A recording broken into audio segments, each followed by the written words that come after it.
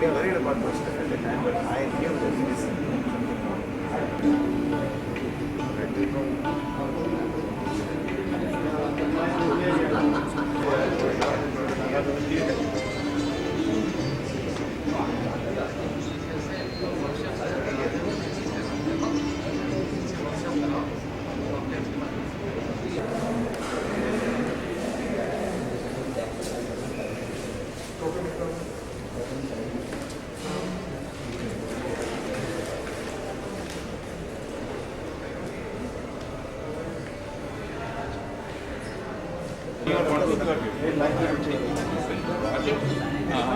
address.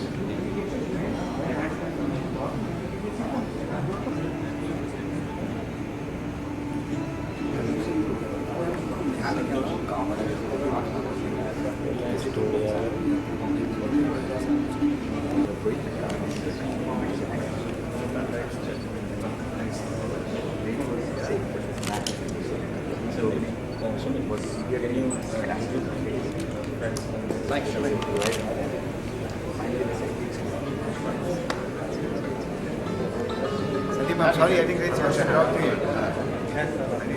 Sorry. Can you make you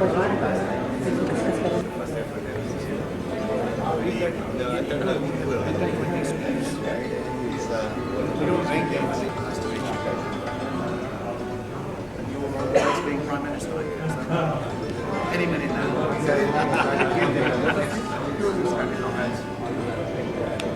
I can see what you look like. I already got hazard as an email for that.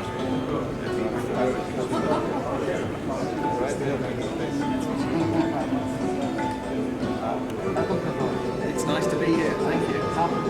The rain is made me feel at home as well. It's magnificent. Please come more often. Okay.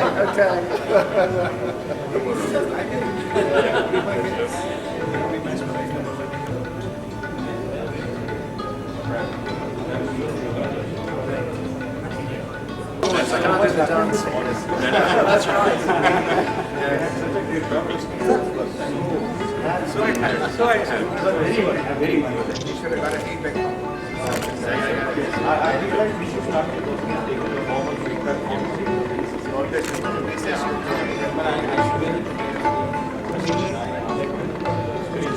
That's right.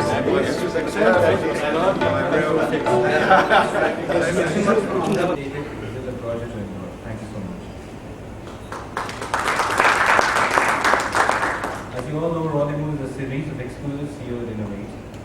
Is an initiative from IIM which aims at bringing the CEOs to ideate, deliberate, express, and even debate in an informal setting with national or international success icons.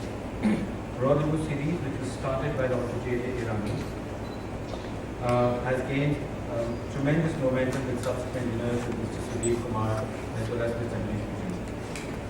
No doubt, Rollywood initiative owes its success to the enthusiastic participation from all of you and the captains of trade of this area. As all Rollywood, the evening is informal and focus is mainly on interaction from both sides.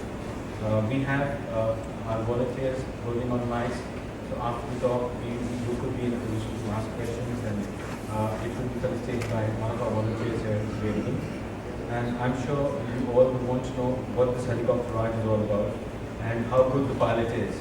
And before getting more into it, I would request Sandeep to please come in and share what the pilot is all about. The band was Brian Sharma. Sandeep. Good evening to everyone. It's a tremendous pleasure for me to be here as part of IMA's Rendezvous series. When the idea of the Rendezvous series was mooted a few months ago, I was extremely happy to venture the name of Proton Business School as an event partner for this event. The reason being, it would be a great learning for every individual within my PT Universe family, Proton Business School, because the eminent speakers coming here would take out some time from their busy schedule and pay a visit to the campus, which happened today, for which I am extremely grateful to the IMA and all the post bearers here. From the little experience which I gained with these two eminent gentlemen this morning, I realized that what lies ahead of us and what lies behind us are very small matters compared to what lies within us. And this is precisely what Brian and Roger specialize in making us realize. The way I saw them interact with students this morning, the way I saw them handle the very sensitive art of CEO mentoring. I read a beautiful article several years ago about the art of mentoring the alpha male. How do you mentor those who are at the top of the organizations? Because they are mentoring everyone else. So who's there to mentor them? I believe we are extremely lucky. We have these two gentlemen who will help us understand better this art of mentoring.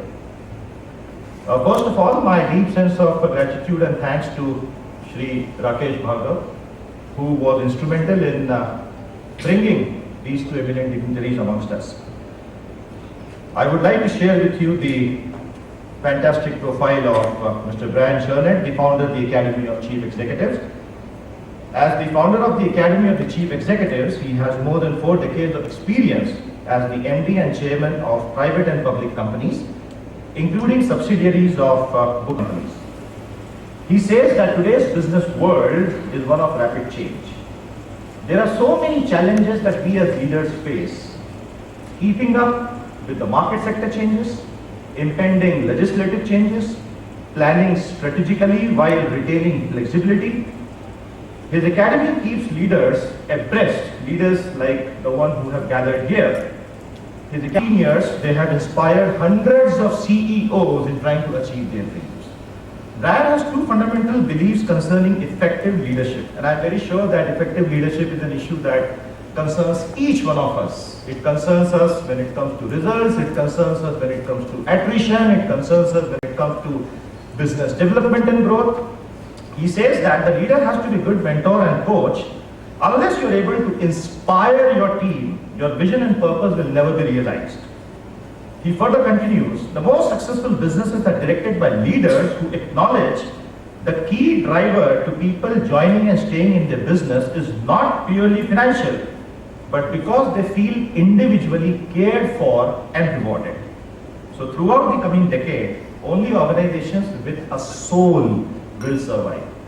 In the today morning session, I found this particular reference to spirituality extremely engaging. Some students asked him about how can we reconcile spirituality with materialism, and the way they gave an insight was truly enlightening. He is a master practitioner in NLP as well. We are extremely fortunate to have you with us, Brian, and I am sure that we are all going to learn a lot from you. Warm applause for Mr. Brian.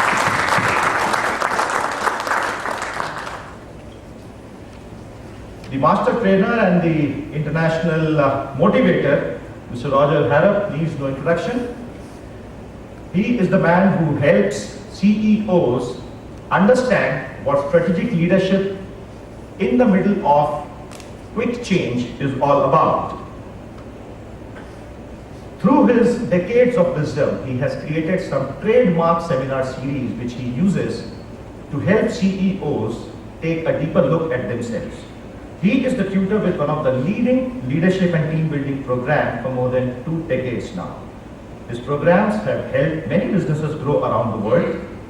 Harrop is a CEO of the highly successful high-tech MNC publicly quoted UK company. Also, he has an extensive experience across a broad spectrum of businesses, from very small startups to large MNCs, and I'm sure that has helped him round off his learnings, and whatever he says carries wisdom from seeing industries across the spectrum. He has spent 7 years as the group chief executive in a tech industrial instrumentation group. His case studies have been used as a benchmark by 2 business schools on culture change and business re-engineering. From the interaction that I had with them today, all I can say is, not only is the interaction going to be enlightening, it will give all of us, leaders, CEOs, change agents, takeaways that we can actually start working on right from tomorrow. A warm applause to Mr. Roger Harrop, and may I invite you on the stage. I hate magic tricks.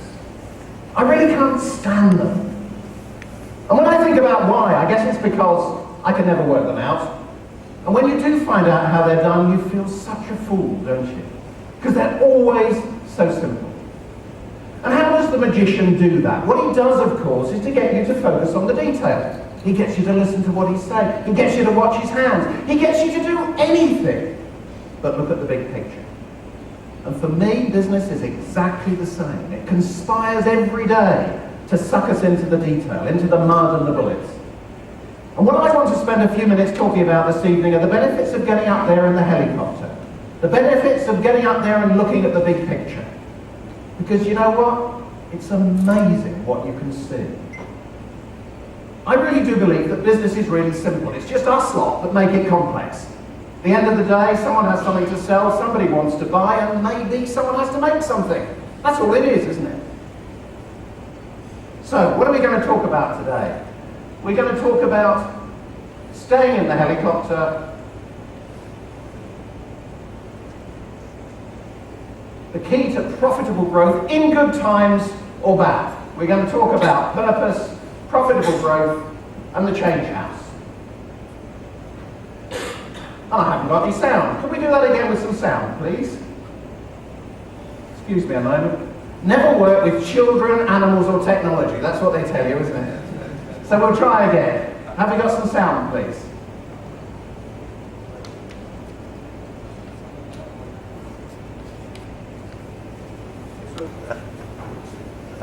Purpose, profitable growth.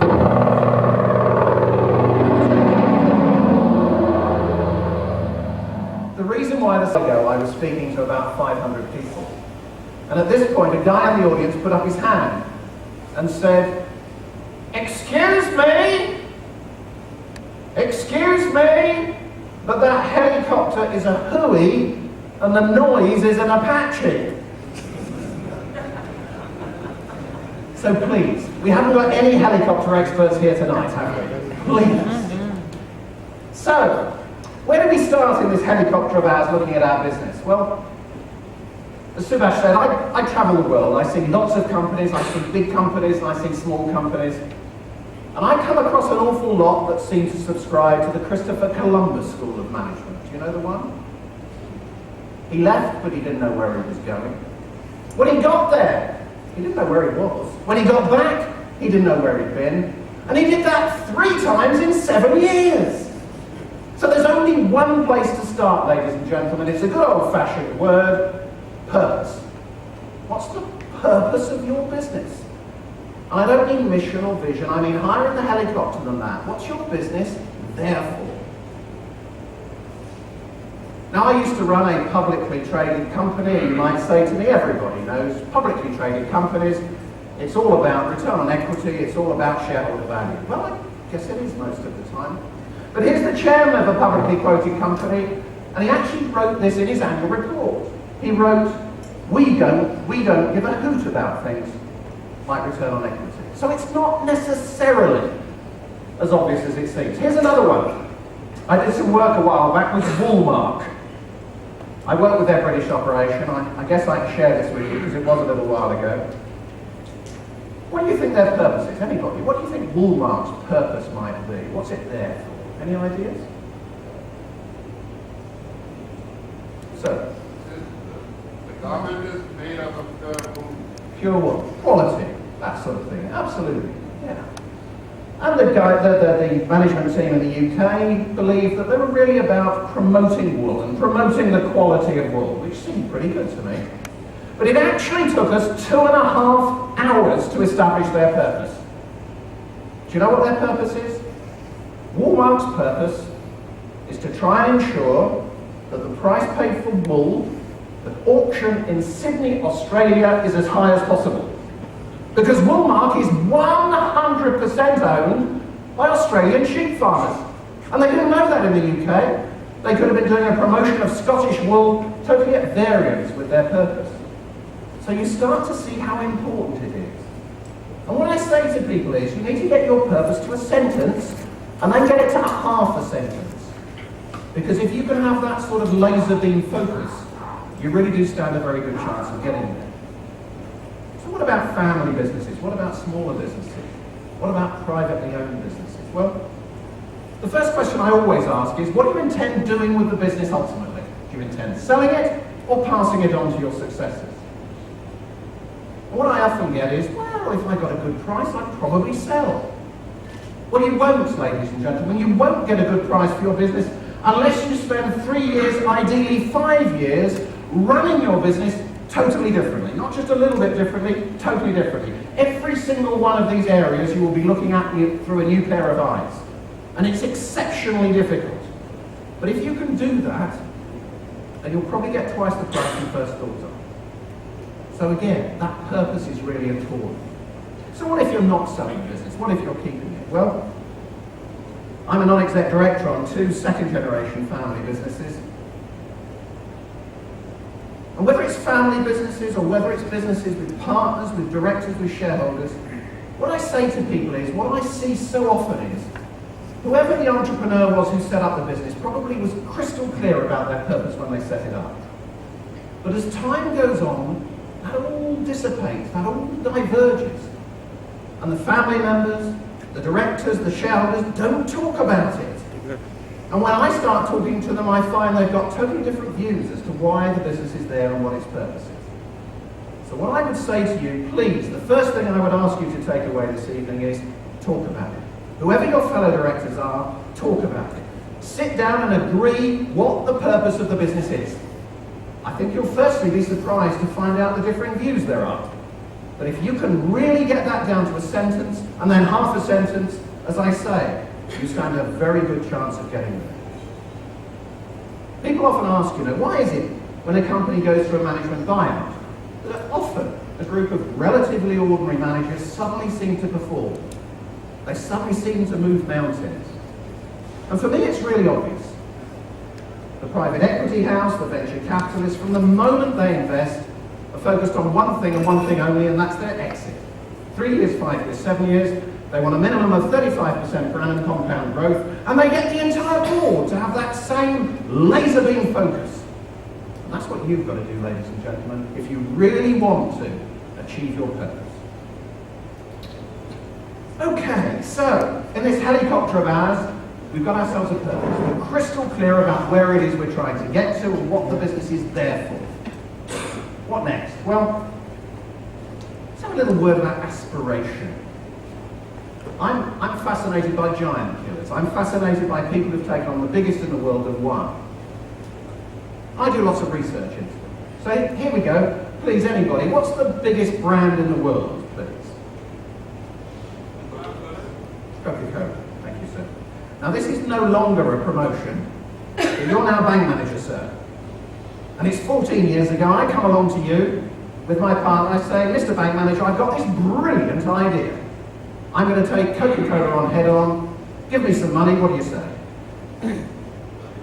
No, I thought so. Just have a look at this, ladies and gentlemen. These are some figures for the retail price per gallon of various liquids in the USA. So here we go. Coke is about $3.40 a gallon. Gasoline's about the same. Evian milk is about the same. Evian water is about $6.30 a gallon. So if you're the boss of Evian water, you're going to be ringing Paris, aren't you? Give us a bonus. Give us a bonus. Look how clever I am. I'm selling water at twice the price of Coke. Don't do it. All right? Don't do it. Just wait. Budweiser is about $8.40 a gallon. Now, ladies and gentlemen, just sit back and admire this. Red Bull is $32 a gallon. Started by an Austrian guy and his partner 14 years ago, and the bank manager did say no. They borrowed a few thousand euros from their family. It was actually a drink that the tuk-tuk drivers drink in Bangkok. It's sold as a high caffeine drink.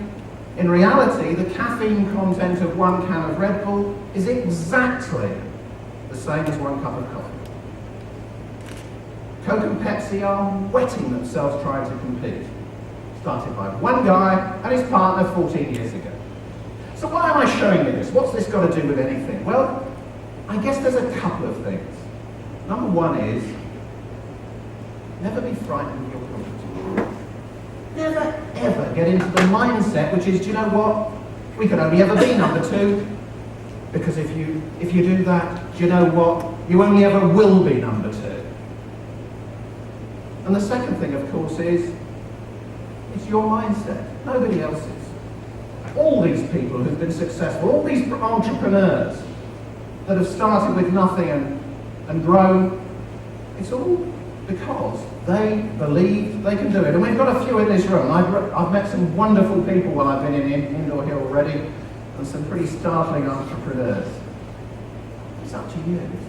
I mean, I'm not going to get you all to come up to the stage and say, yes, I can do it, but you can, can't you? There is absolutely no reason why everybody in this room, if you put your mind to it, can do exactly the same as Red Bull. There is nothing stopping you but yourselves. Do you agree?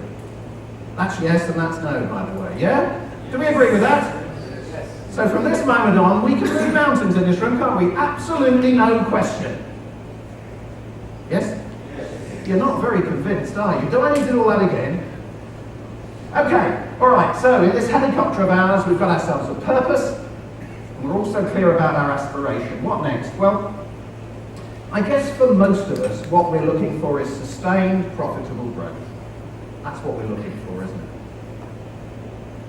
And if your overheads are in control, if your margins are in control, what we're really talking about is growing the top line, growing sales.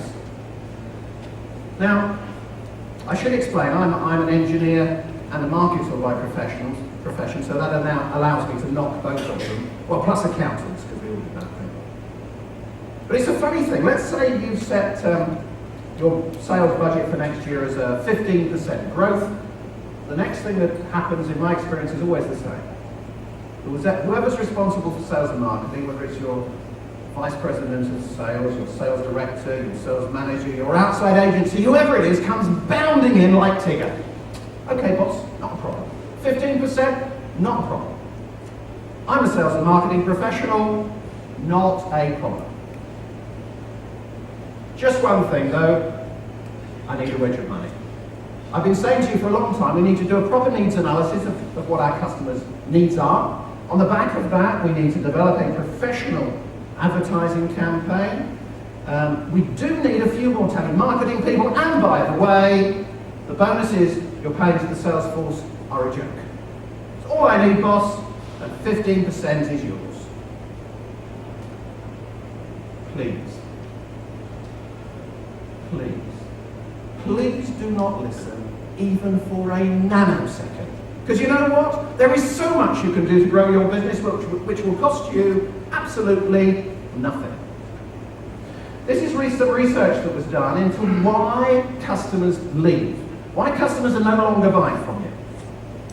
It was done across all kinds of sectors, all kinds of sizes of business worldwide. 1% have died or gone insolvent.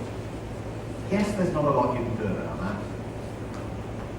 But we heard a little bit earlier about the Academy for Chief Executives, and I'm a speaker on their circuit, and I was speaking to an Academy group a little while back, and at this point a guy in the room put up his hand and said, I forgot to tell you when I introduced myself at the beginning, I've got a little business on the side making coffins, so it's quite good for me. But I guess that's the exception, isn't it? 3% have moved away.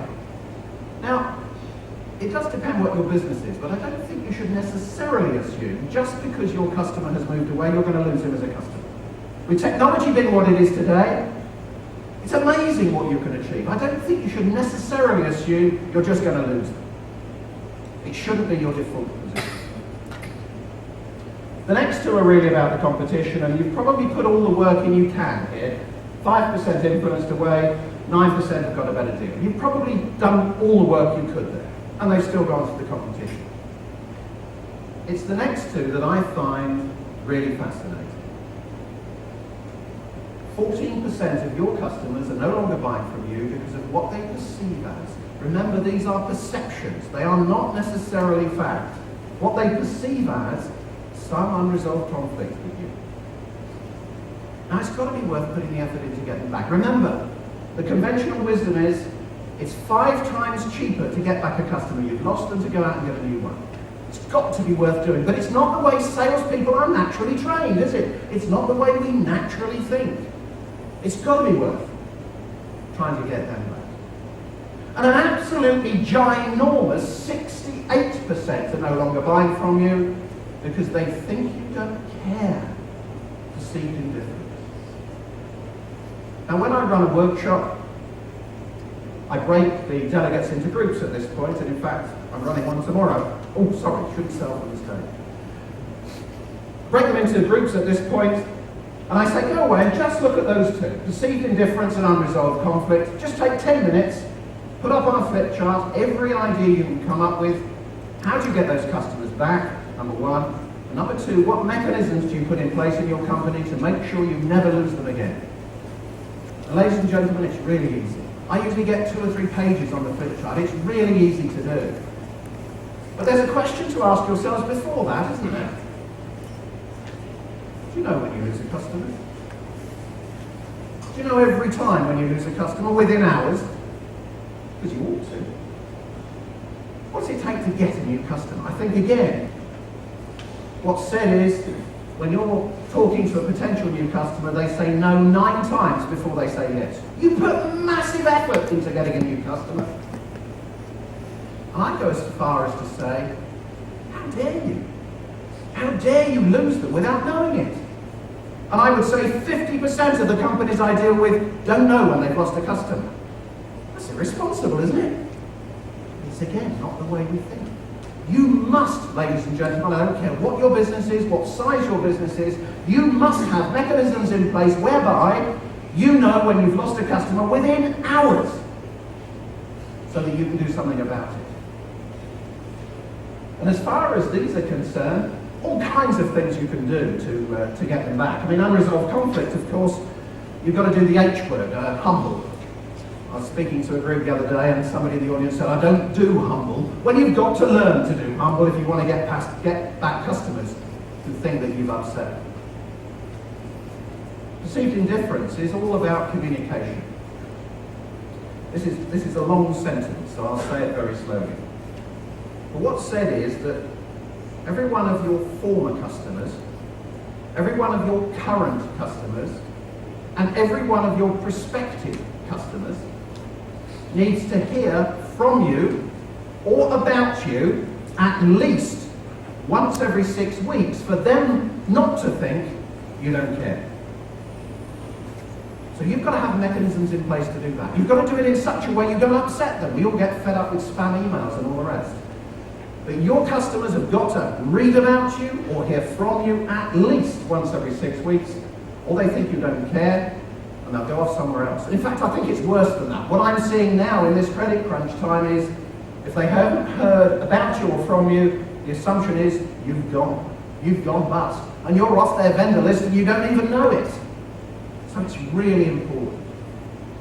And in our workshops, we talk in great detail about this and all the different things you can do. And with technology being what it is today, it's really easy. I mean, in my little business, I put out an electronic newsletter.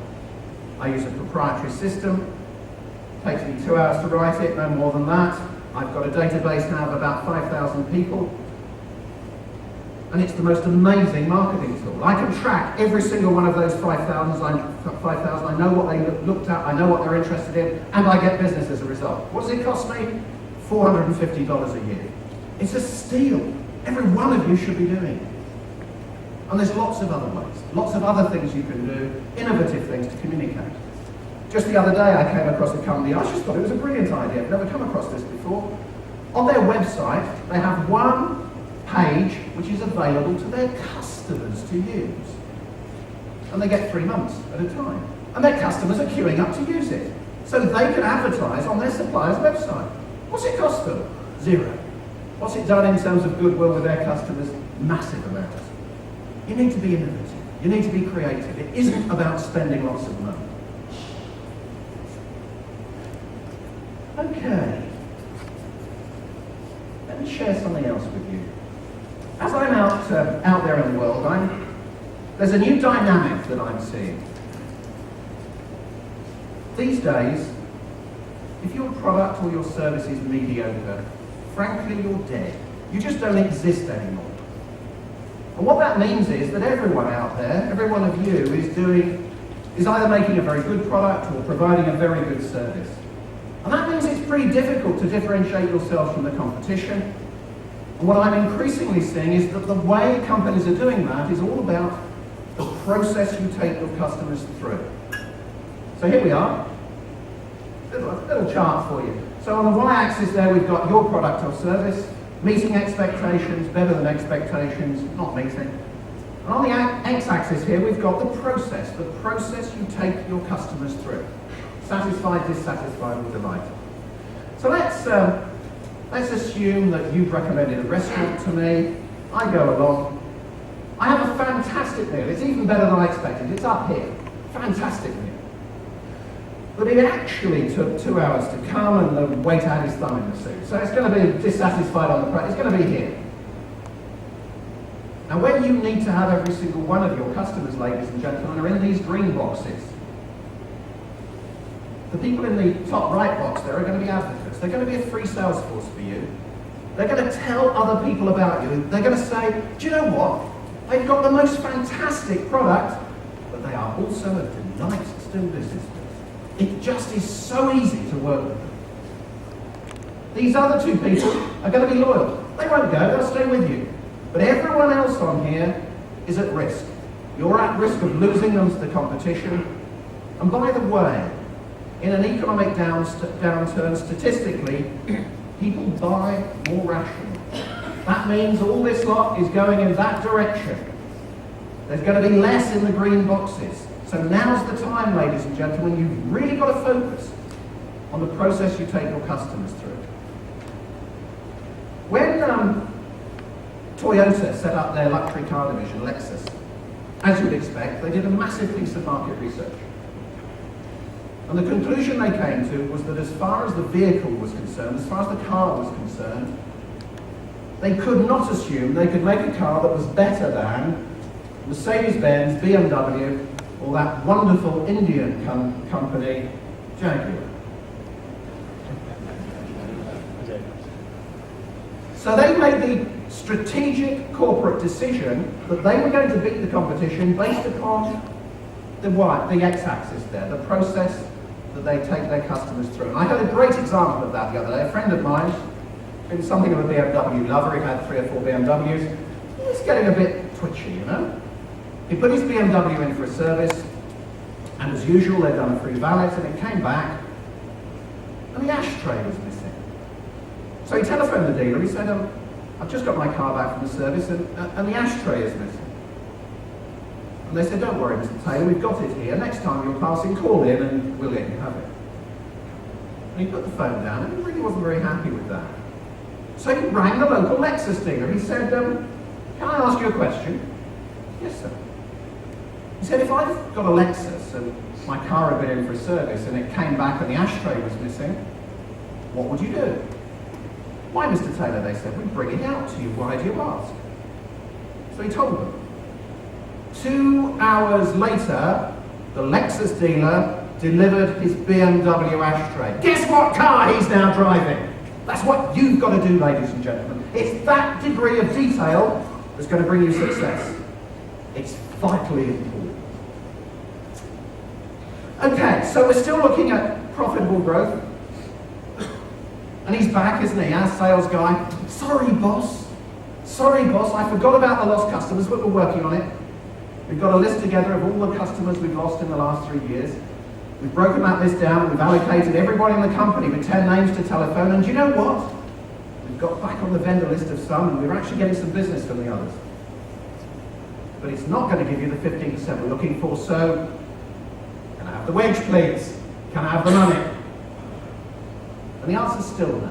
It's still a big no. There's still so much you can do to grow your business that will cost you absolutely nothing. There are 3 things that I think every business should measure.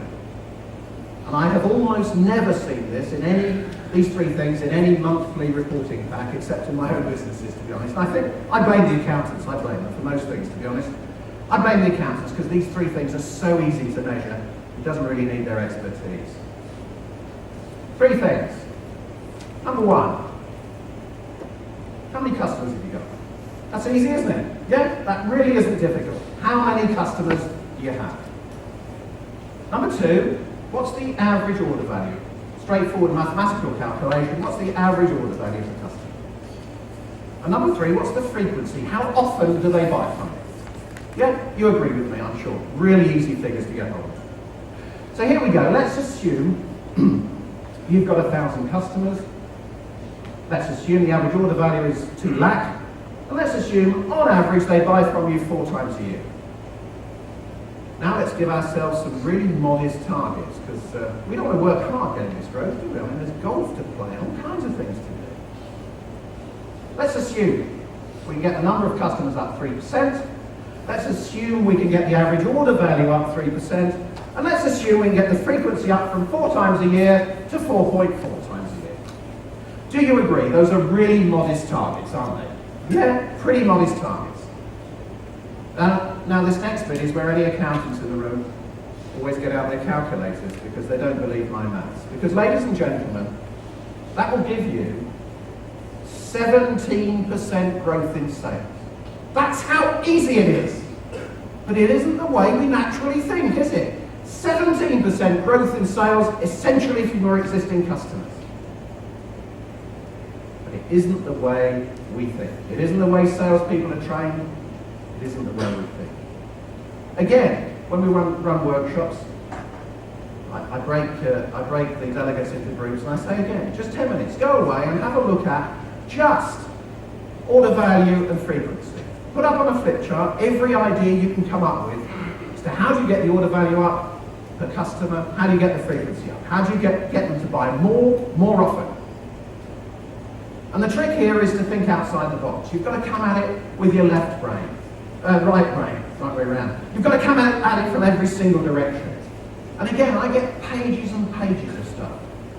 I'm sure at the workshop we're doing somewhere, I get pages of stuff. It is really, really easy to get your customers to spend more with you more often.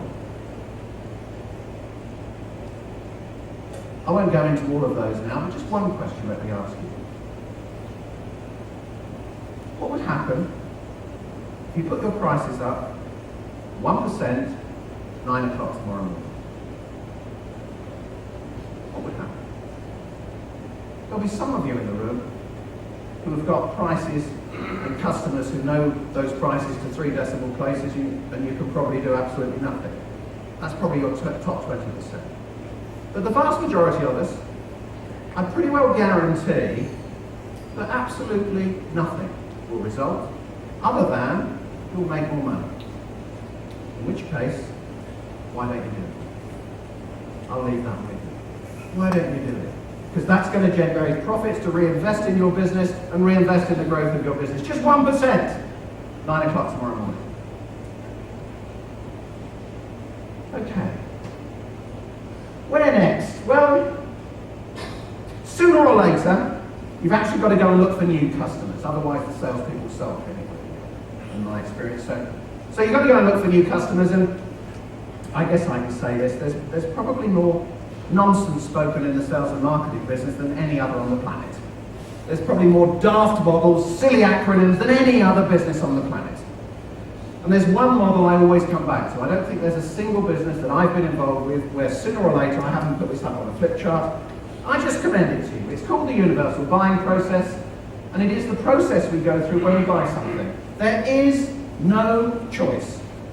Whether we're buying a power station, a bag of rice, or the services of a lawyer. We have to go from being unaware of the product, the service, the company, to awareness.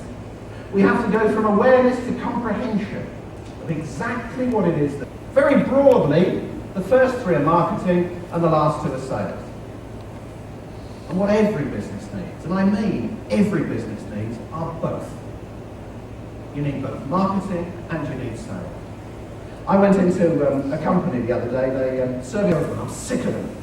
I've just got rid of the last 3. What a waste of space they were. So I thought, okay.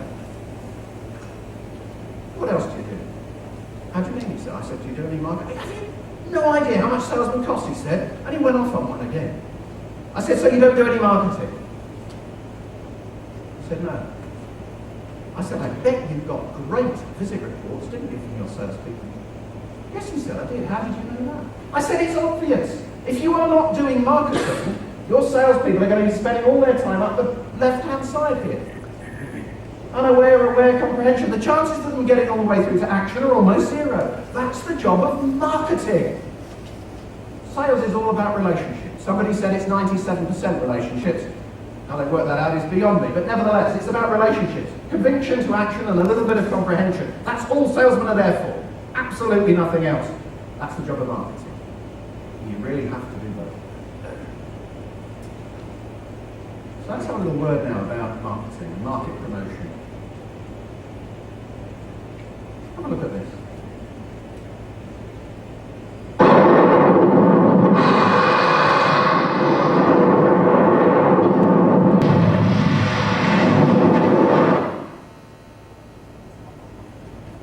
$900 to make. And it was emailed to just 5 people. It's now estimated to have been seen by 30 million people. That's the power we've got today. That's the power every single one of you in this room have got today. It didn't exist just a few years ago. You can spend $900 and get to 30 million people. It's remarkable. But there's one reason why that got to 30 million, and that's creativity. And the first golden rule, as far as I'm concerned, is whether you're spending a few thousand rupees or a few thousand lakhs, please, if what is being put in front of you is not creative, throw it away. Throw it away. Do not allow it to get out there, because you're wasting your money. Only spend your money on creativity. That's what you have an advertising agent for, is creativity. Forgive them everything else. They're usually lousy at all the bureaucratic stuff. They're lousy at all the left-brain stuff. Doesn't matter. What you want is creativity.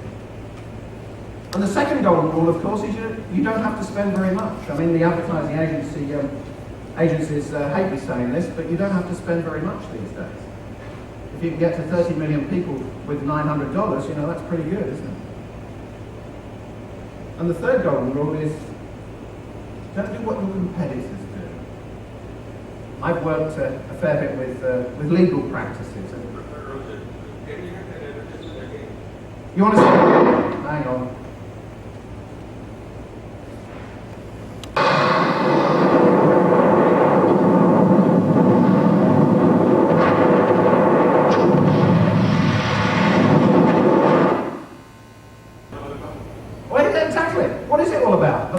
It gets sent on. It's viral marketing. The people who receive that in much like their email sent it to all their friends. There's another example. I'm not sure if you had the advert here, but did you have a gorilla advert from Cadbury's last year? Did you ever see that? There was an advert which, frankly, all it was a gorilla playing the drums to a Phil Collins record. That's all it was, okay? And if you look at Cadbury's results last year, it was about the 12th of December they announced their results. And everyone in the stock market was expecting their results to be a disaster because they'd had salmonella in 2 of their factories, they'd had a lousy summer. And in fact, their results were up 9%. And if you read Todd Stiltzer, who's the CEO, if you read his report, he actually says the only reason their sales were up 9% was because of this advert, the gorilla advert. But interestingly, not because it was shown on television, but because of the viral marketing. As at that time, it had had 9 million views on YouTube. 9 million views on YouTube.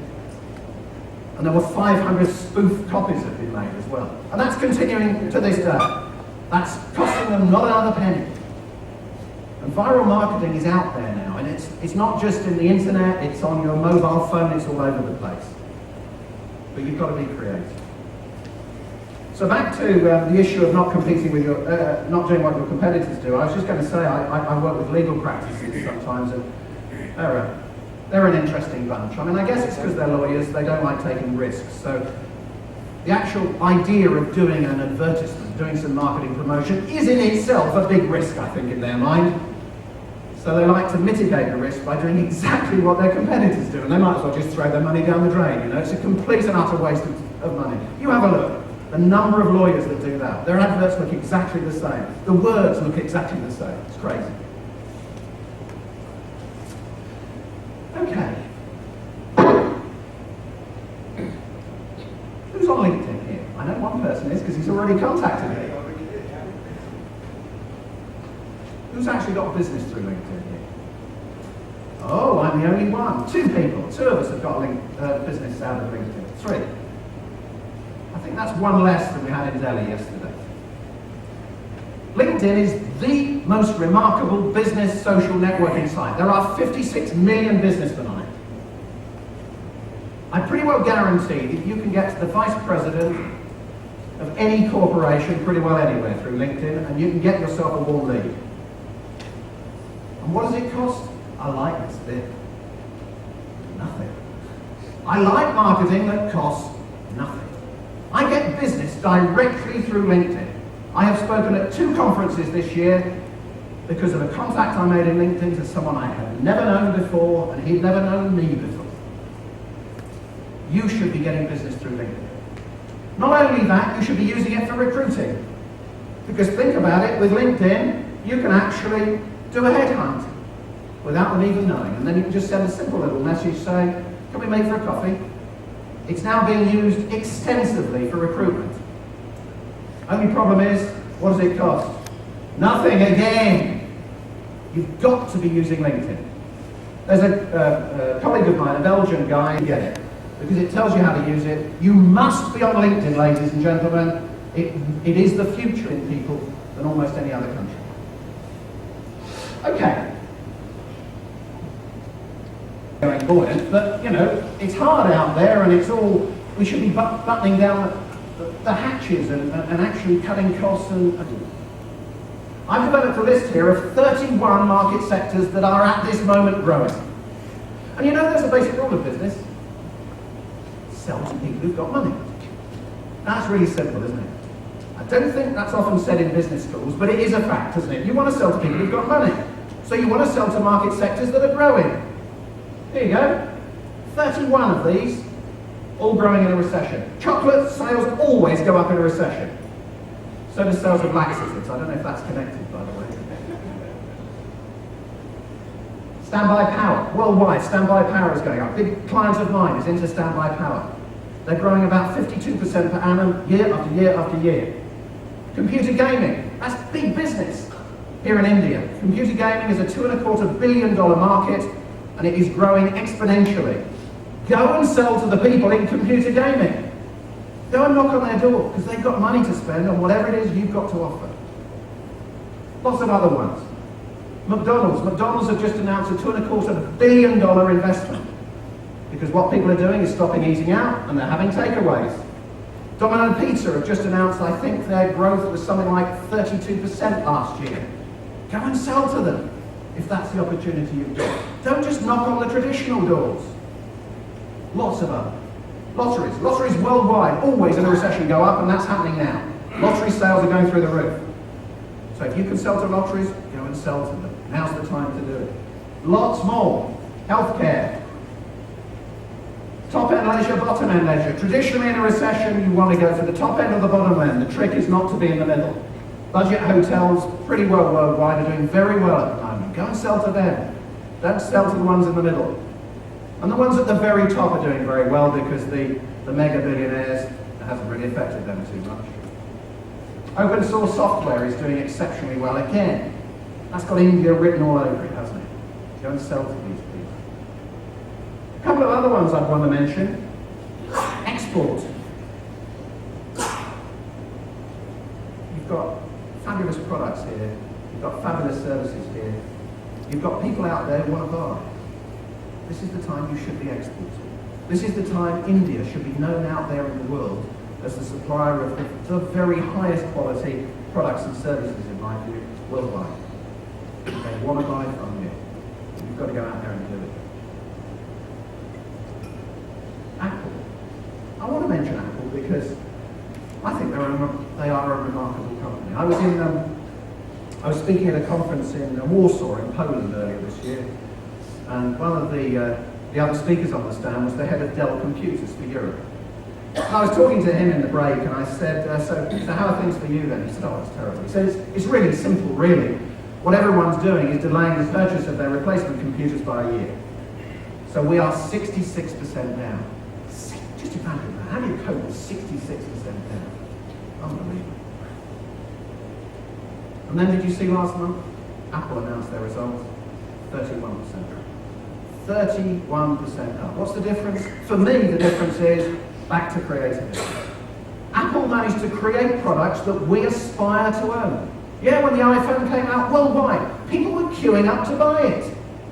Has that ever happened to a Dell computer? Ever? Of course it hasn't. And I think there's a big lesson there for us as well. It doesn't matter about the recession, it doesn't matter about economic downturns. If you get back to basics, and the basics are you've got to generate products and services that people want to buy and ideally want to absolutely aspire to own. You've got to go out and you've got to prospect for your customers. You've got to target your markets. It's just back to basics. And then you're going to be successful. And indeed, when you come out at the other end of this recession, you're going to be the companies that are absolutely humming, in my view. What about this export business? Because, you know, aren't export markets in trouble as well? Well, here we go. Goldman Sachs are still saying the so-called BRIC countries, Brazil, Russia, India and China, are going to be the top economies in the world by 2025. So you ought to be selling to Brazil, Russia and China. Think about it, 2025 is not very far away. You should be selling to them now. You should be establishing a bridgehead now in those three countries. Because they're going to be tops together with this country by then. Now's the time you should be doing it. The GCC, the Gulf States. I do a lot of work in the Gulf States. And you know what? They've got money coming out of the ground, haven't they? It's not going to stop. Go and help them spend it. Come on, go and help them spend it. And Iran. I had a week in Iran last year. I'm going back in February this year. Most wonderful place. Do you know what? It's not even a bit like we read in our newspapers. I don't know if we're getting propaganda or what, but it was wonderful. And there's something else about Iran. Did you know they've got the second largest oil reserves in the world? So go and sell to them. They want to hear from you. They want to buy your products and services. It's a lovely place. Ukraine and Eastern Europe. People say, well, oh, wait a minute, haven't we read that the World Bank is about to go into Eastern Europe because they're in such trouble? Yeah, you have. But let's be honest. The European Union is never going to allow those countries to fall back into the hands of Russia. I spoke in Estonia earlier this year, tiny little country, lovely country. And I actually met the guy responsible for all the money that comes from Brussels, from the European Union. Do you know what he said to me? I'm really worried, he said, because I don't think I'm going to be able to spend it all this year. Go and help him, for heaven's sake. Go and help him. They've got money they want to spend on infrastructure and all kinds of things. They need your products and services. Turkey, Panama. Do you know Panama is the second largest free trade zone in the world? Go and sell to them. Vietnam and Mexico, and that's just for starters. I mean, on the plane over here, I was reading an article all about Australia and how Australia really haven't been affected at all by the economic downturn, mainly because they had something called responsible banks, which is perhaps we thought an oxymoron now, but in Australia they had responsible banks, and as a result they haven't had subprime, they haven't had any problems. So go and sell to them. Okay. What I'd like to finish with today is a model. It's called the Change House, and what we have is a house with 4 rooms. And the argument is that any organisation, whether it's a company, a department, a division, or indeed an individual, at any moment in time, you are in one of these 4 rooms, and you can only move from room to room in a predetermined way. So let's put some meat on the bone. The room of contentment. This is all about, we know what we're doing. We've been number 1 now for 10 years. Our business model is the only business model. We've got record profits. Go away. That's where Coca-Cola was when Red Bull arrived, wasn't it? That's where probably every bank was, up until recently. And I see signs of them slipping back in there very quickly, by the way. That's where Caterpillar was when Komatsu started taking significant market shares from them. It's where Microsoft was when search appeared. They didn't even notice search had happened. Google now is exactly the same market capitalization as Microsoft. How big a mistake is that? It's also, in my experience, unfortunately, where most companies that are government-owned end up. It just seems to be a fact of life. That's where those sort of companies are. In the UK, that's where Marks and Spencer's was 5 years ago. Arrogant, conceited. I think they were probably in the Sun Lounge, to be honest. The Sun Lounge is where you lie back and you go, it's just so easy, isn't it, making money? Just so easy.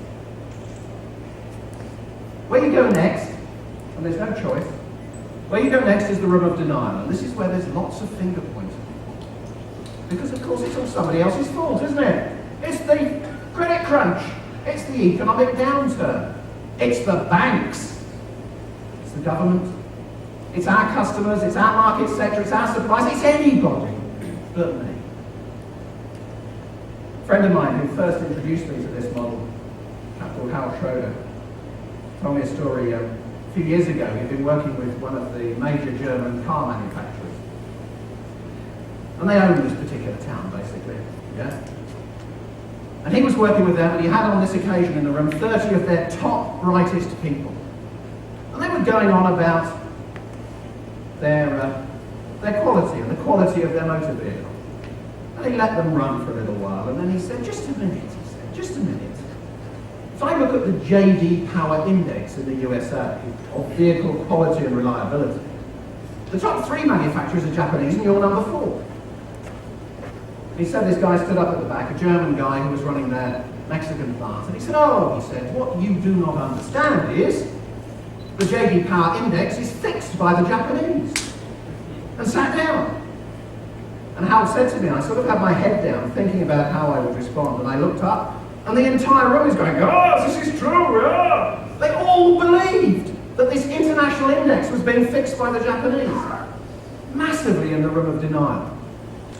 And it was about that time that the then, in fact he's still the chairman, stood up in their head town, their head office, addressed the entire workforce. Unsentimental, unemotional advice, isn't it, which says, look, I think you need to recognise you're in denial. That's what I see going on in academy groups, for example. It might be a non-executive director. I'm a non-executive director. It might be someone like that. It might be a family member. It often isn't, though, in my experience, because they're too emotionally involved. But you need somebody and some mechanism which helps you get out of that room of denial. And if you do that, where you move to next is the room of confusion. Because you're sort of half doing it the old way, you're half doing it the new way. The danger is the employees say, well, you know what? For years we've been told we're going in this direction. Now we've been told we're going in this direction. Do you know what the safest thing is we can do? Keep our heads down. Then they're in the paralysis pit and the whole place seizes up. So leadership is at a real premium here. You've got to keep repeating the message. Follow me, follow me. This is where we're going, this is where we're going. There's also a danger of the wrong direction door. Because it is so confusing, because it is so painful, you see a little bit of light over there and you think, oh, that's got to be the way out, now I can run. And actually it's not the right strategy at all. But what you're trying to get to, ladies and gentlemen, is the room of renewal. The room of renewal is where you challenge every paradigm in your business. There is no stone unturned. I'm not saying you change everything, but you lift them up, you have a look at them and you say, does that make sense for the future? Yes or no? If it's yes, that's fine. If it's no, you throw it away. Doesn't matter how fundamental it's been to your business for the last 10, 20, 30, 50, 100 years, you throw it away. And that's particularly relevant now in these times we're going through. You've got to examine every single one of those. And the second thing that you do if you're in this room of renewal is you're always raising the bar. You're always doing better. You're always saying, we can do better. Manchester United Football Club, you might have heard of. They have been brilliant over the last 10 years at staying in that room of renewal. Except for one season. 4 seasons ago, if you read Roy Keane, who was then the captain, if you read his autobiography, he actually says the words, a number of my teammates are content. and complacent into the room of contentment. And the problem is you can't come straight back, you've got to go all the way around. Which I guess they've done now as they've won the European Cup. But what I'd say to you is I don't think there's anything more important, not just as getting into that room of renewal, but just as important is how to stay there.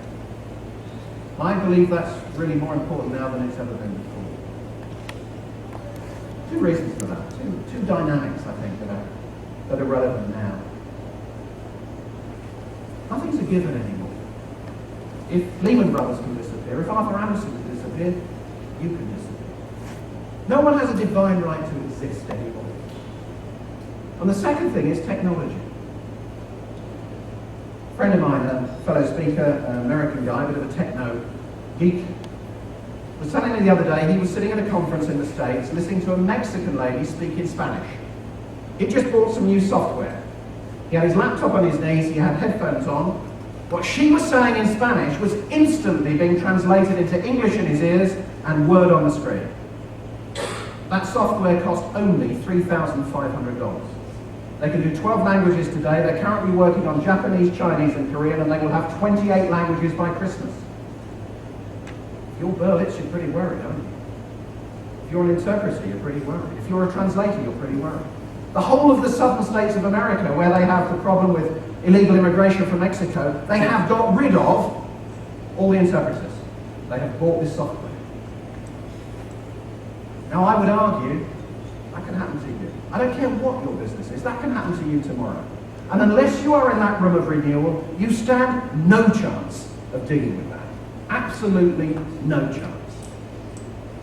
So what I would say to you, ladies and gentlemen, is I don't actually think there is anything more important if you're running a business, if you're involved in running a business, than working out not just how to get into that room of renewal, but even more importantly, is how to stay there. Thank you very much. Thank you.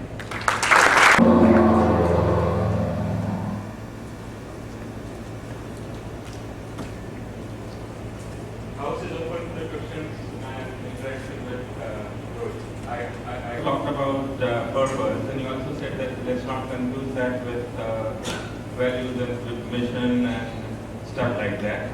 Be clear as to what the purpose of your business is. Yep.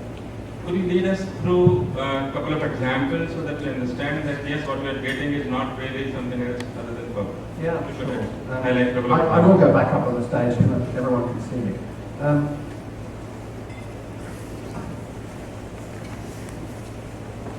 This may sound a little odd, but probably my guess would be for 70% of businesses, your purpose is fundamentally financial. It's some sort of financial figure of growth, of ways of growing, of a ratio, whatever it is. There's also a description of how you're going to do it, otherwise you're just going to rob a bank, don't you? So there's values involved. But that purpose is fundamental. Or it might be as simple as I was mentioning, I want to double the size of my business and sell it in 3 years' time for the highest possible price. That might be a purpose. The purpose is not always something you share with employees, of course. What you share with employees is the one, for me, that's another few thousand feet lower, which is the vision. And that's all about what the business is about and how it does it and so on. And underneath that, you may then have objectives. You may have a mission as well. I'm not sure about all these shoulds that we've got, but you certainly will have some shorter-term objectives. But fundamentally, that one at the top is what the business is there for. As I say, a publicly quoted company, almost inevitably, it's about return on equity or increase in shareholder value, because that's what the shareholders drive it to be. In a private business, and particularly a family business, it's different. And one of the things I frequently find is that because it isn't thought about, there is a sort of belief that it's all push at this end and something will fall out the other end and that might be good enough. And I argue strongly against that. I don't think you should look more than 3 years ahead these days, I have to say. But I do believe you should be setting yourself a purpose that is least relevant to 3 years' time as an absolute minimum. Does that help?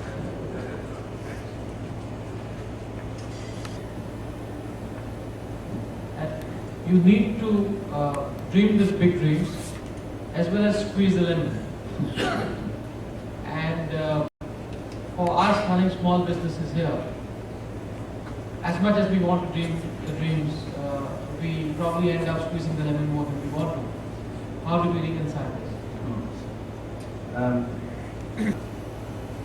See, what I argue is, what I would say is that if you're running a business, you should be spending a majority of your time up there in that helicopter, looking over the horizon. But the great thing about a helicopter is you can come down and get involved in the detail, and then go back up again. And I believe that's what it should be all about. You can't stay up there, otherwise you're just abrogating your responsibility, nor should you be down here in the detail the whole time. You've got to do the combination of the two. And when you're down here in the detail, of course you're going to squeeze the lemon. But I would just talk about, and actually this is a whole subject that we discuss in my workshop, which is the disciplines of market leaders. And this was a massive piece of research that was done that I found fascinating. And basically, businesses, you've got three disciplines. You've got customer intimacy as a driver, you've got operational excellence as a driver, and you've got product leadership as a driver. And you've got to choose which of those three is the one in the lead, and the other two need to be at least industry average. Now, as far as I'm concerned, squeezing the lemon is merely being operationally efficient. And that isn't just manufacturing, by the way, that's beginning to end. I mean, I was brought up in manufacturing in the old days when there were the most amazing formulae for working out what productivity or efficiency was. They were total garbage. They really meant nothing.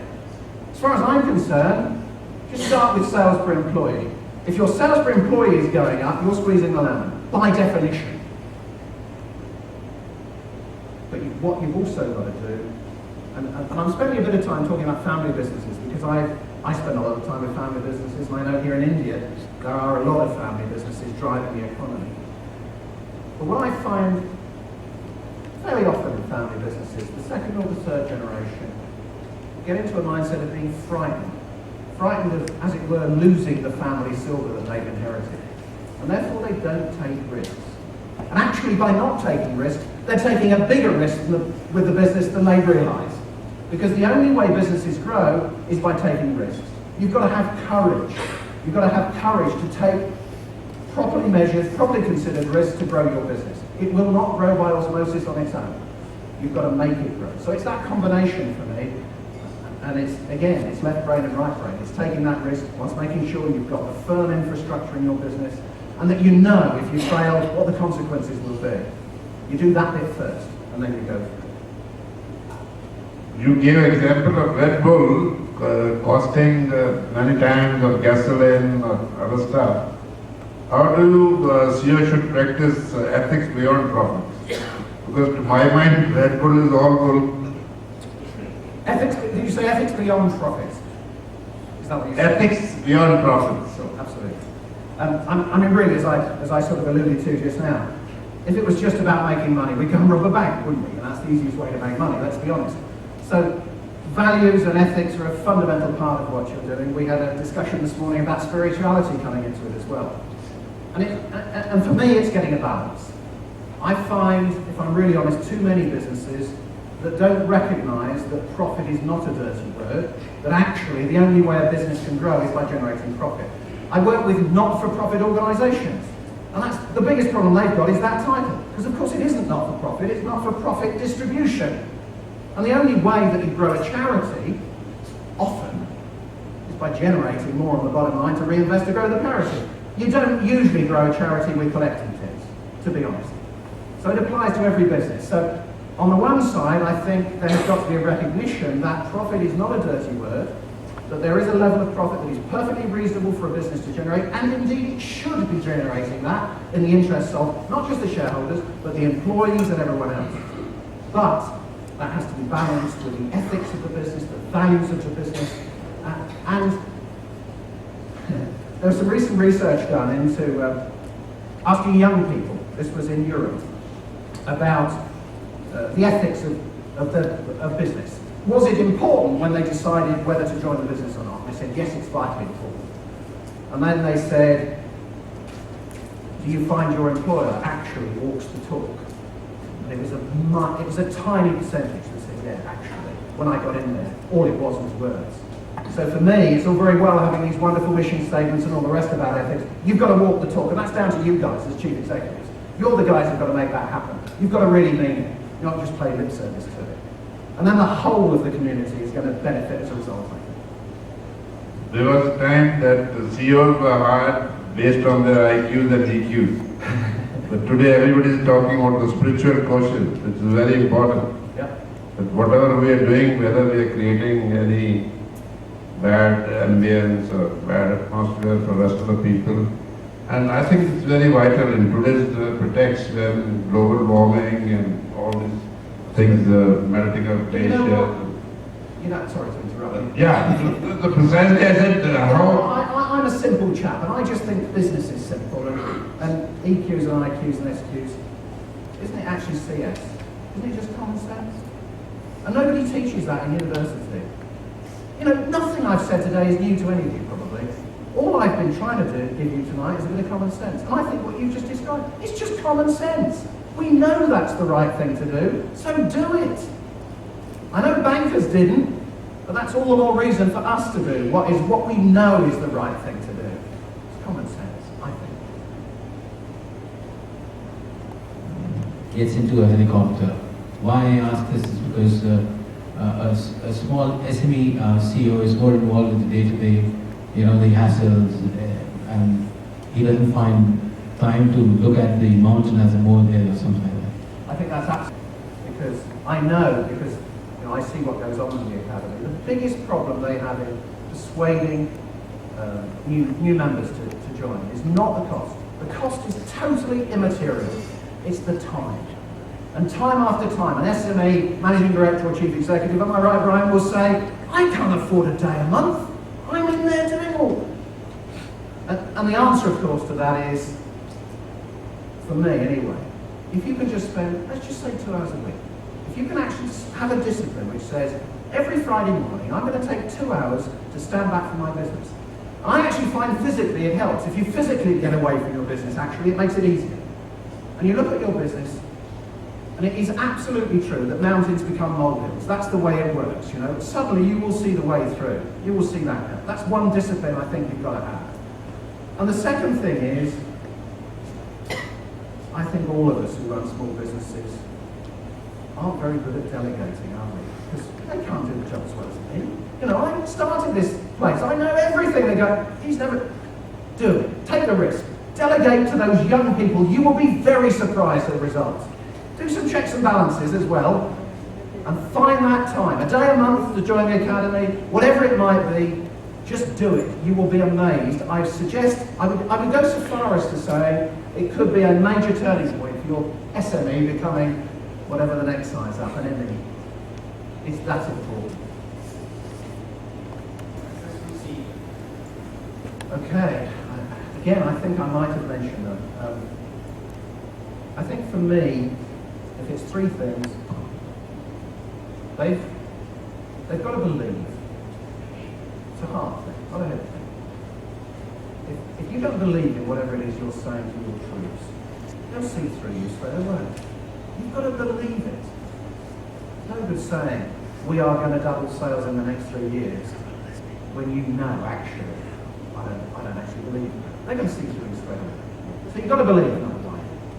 Number two, you've got to have a passion. Again, a heart thing, not a head thing. You've got to have a passion. You've got to show that passion. Again, it's something about society. I think the Brits, and maybe, I'm not sure about Indians, whether you're similar or not, but I find Brits in particular somehow think that passion is something you leave behind at home, if you've got any. You don't show it at work. Absolutely untrue. People follow people with enthusiasm and with passion. They want to follow those people. They want to follow people where it's fun being at work. They want to follow people where they're enjoying every day. That's you guys. You've got to exhibit all that. It's got to ooze from every pore in your body. And the final thing you've got to be is courageous. And I've mentioned that already. You've got to be courageous. It might be just to put your prices up 9 o'clock tomorrow morning by 1%. It might be actually to go on a trade mission to Russia to see if you can generate business there. Or it might be something much more substantial. You're going to form a joint venture with someone and see if you can get the whole business up a scale. Those are the three things.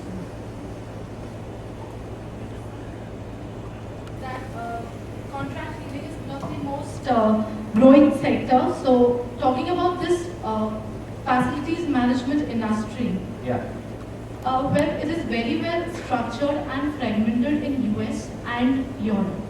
So Again, sorry, I missed it. So what is it that restrains India to get a strong foothold into this industry? Okay.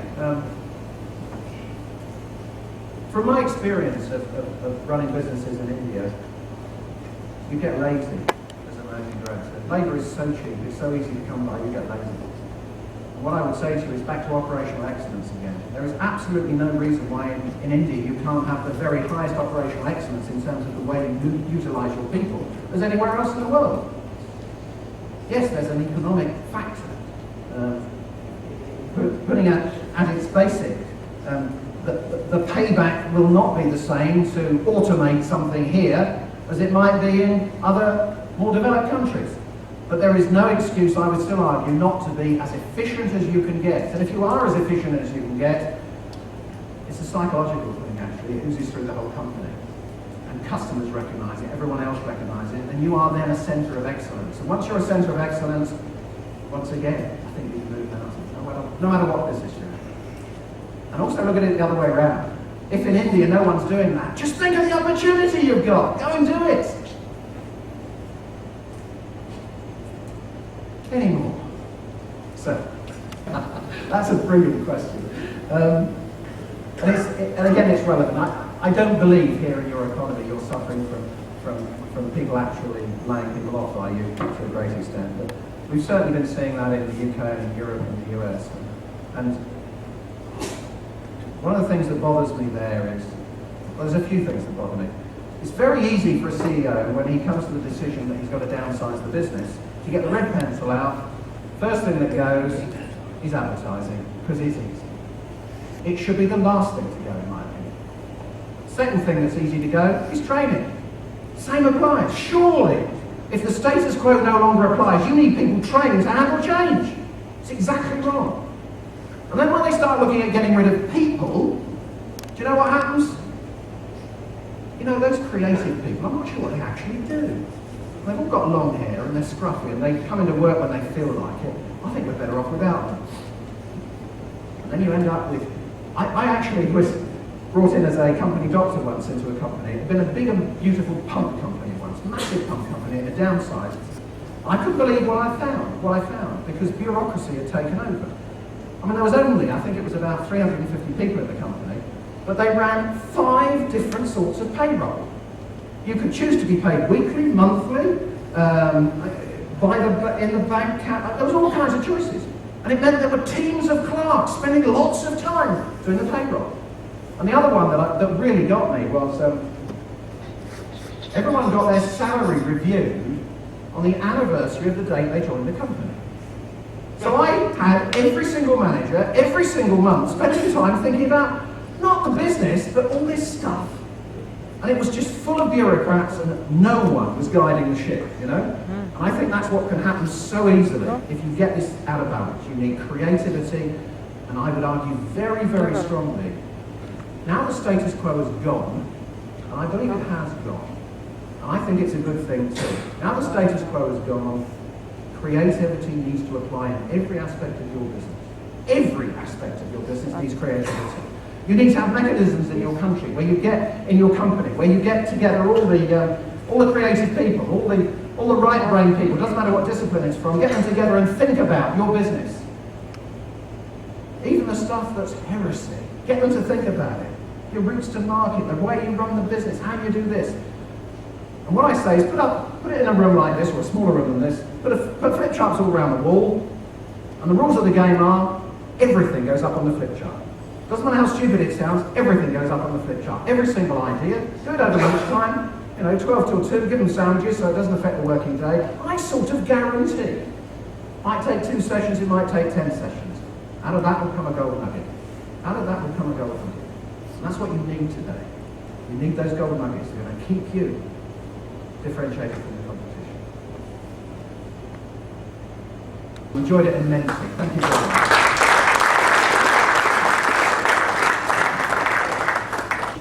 Who still wants to enjoy more ride with Roger. Fortunately, Mr. Roger is here tomorrow also. I will request Mr. Rakesh Bhargav to give little brief about the program. By show of hands, I would like to know how many people here at least got one idea that they can implement tomorrow morning. At least one idea. Raise your hand full. I mean, it's good exercise. How many got 5 or more ideas? You got 5 more that you can implement tomorrow?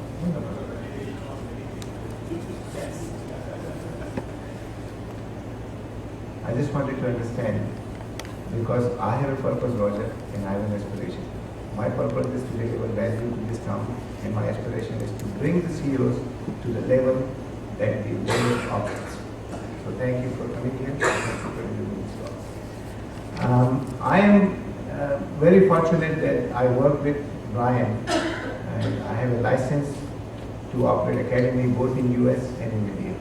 And I chose to operate in India first, even though it's easier to do that in US because there are thousands of people already members. And there's nobody that I know is member in India. So like Roger says, it's a great opportunity. The other reason I want to do it is that we are facing the globalization, whether we like it or not like it. It's here at our doorstep. There was a very good example. There was a fellow who was selling, like bagels in a restaurant. And one of his kids become a very well consultant, and they had a family gathering. And his father said, what do I have to worry about competition? I'm a bagel guy. He said, Dad, you're compared to Federal Express when it comes to delivery. You're compared to Ritz-Carlton when it comes to service. Small, tiny bagel shop, which is like a big shop, in US is facing those challenges. Why not you? Why not you sitting in Indore? But we are in the room of contentment. I know Indore, I was born and brought up here. We are all guilty of that. We do not want to take that risk that Roger talked about. We don't want to take that step. So thanks to Brian, 2 years ago, I met with him and we talked about the academy. I was in the process of selling a couple of my businesses in US. This is the 3rd business that I've sold in US. And I said, what am I going to do with my life? And my purpose is to inspire and educate my fellow CEOs. And I wanted to start it in Indore because I felt like there's no other place than your own hometown. If you're accepted in your hometown, you're accepted anywhere in the world. So, just to validate what you just said, I have a purpose and I have an aspiration. Tomorrow morning, here at Fortune Landmark, we are organizing a full day workshop. The reason being, learning is never can be done in an hour-long session. Yes, you can be motivated, you can walk with 1, 2, or 3, or 4 ideas, and you may get validation of some ideas. But learning is a constant, lifelong effort. And also, like anything else, if you do it once, 29 days come, and slowly and gradually you fall back to the same habit. So you got to come again, get the dose, go back, and do it again. So this is my mission, this is my vision. If anybody wants to join, I have about 12 confirmed people, and I think we have no more than 25 people that we can take. So there are about 13 people that I know I can accommodate tomorrow. Other thing that I want to deliver is Roger charges, and I apologize for saying so in public, $9,000 for the talk that you just heard today. By putting academy chapters in many parts of the country, my goal is to bring people such as Roger, who are talented, who have delivered results to people in UK and all over the world. Academy is fortunate that through Brian and his team's hard work, we have 120 speakers. They are constantly chosen. We have a database of those speakers. Every meeting, and we got 40 meetings in a month, every member rates every single speaker, and the speaker gets the feedback so they can improve their performance. They are a part of our team also. My goal is to bring such qualified speakers from all over the world to this town and share with you those ideas and inspire you to grow to the heights that you never knew could exist, like that Red Bull chart. And I agree with you, Roger, profit is not a dirty word. We need to make more money, especially in India. So thank you so much. If you have any interest in joining, please see me. And again, I'm not trying to sell anything. The price is 1,500 rupees. It will cost you more in airfare just to go to Bombay. And this is not what the price is, but I want to show you what the academy can do for you. Simple as that. Thank you so much, ladies and gentlemen. And Brian, thank you for coming out here. If you got your business card here, Roger was kind enough to give me 2 books that I would like to refer today.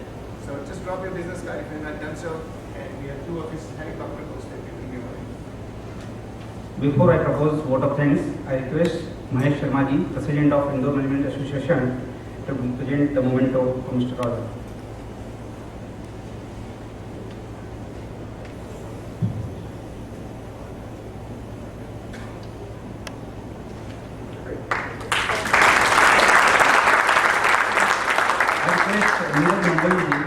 Managing Director, MP, AKBN, to present memento to Mr. Brian, please.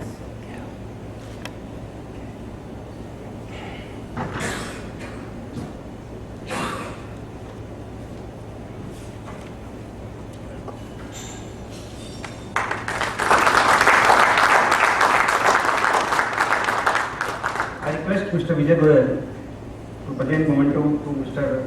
Rakesh Bhargav.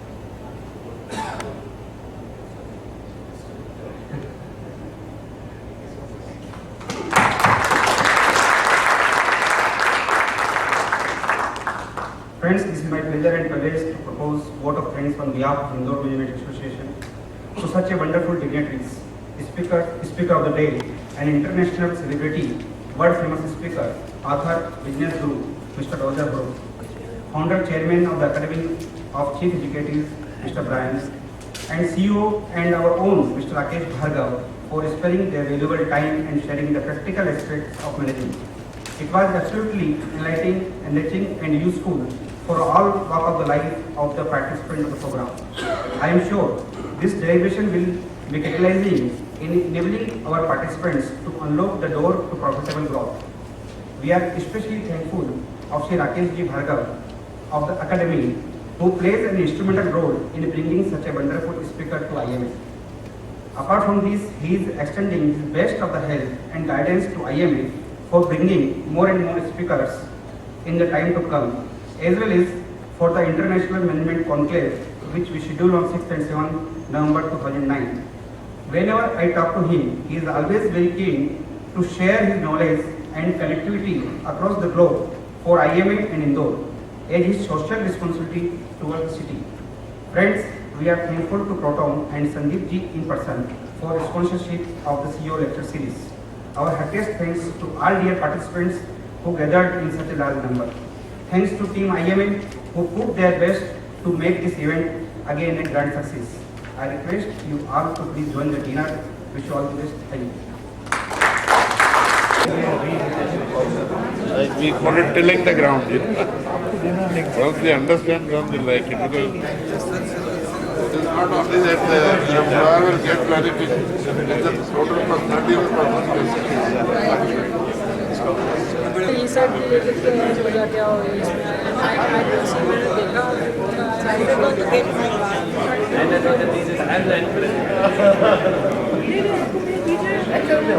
Is it eco-friendly building? Fantastic. You already have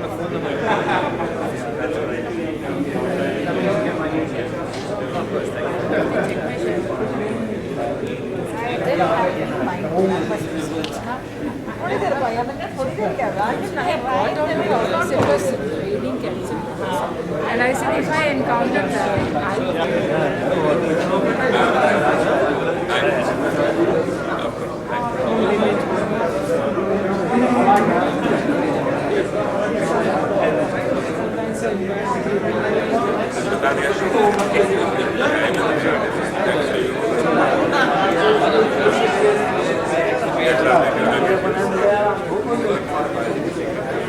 हमारे basically कार्यक्रम हमारे आज हमारे कैसे हमारे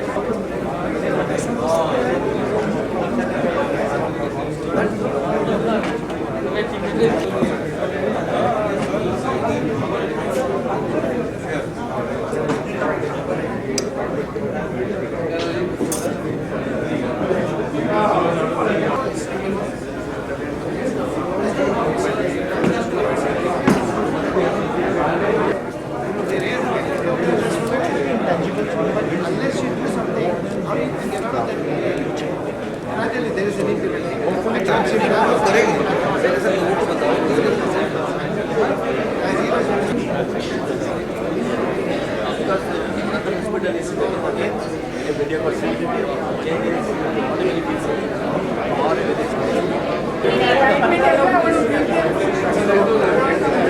कुछ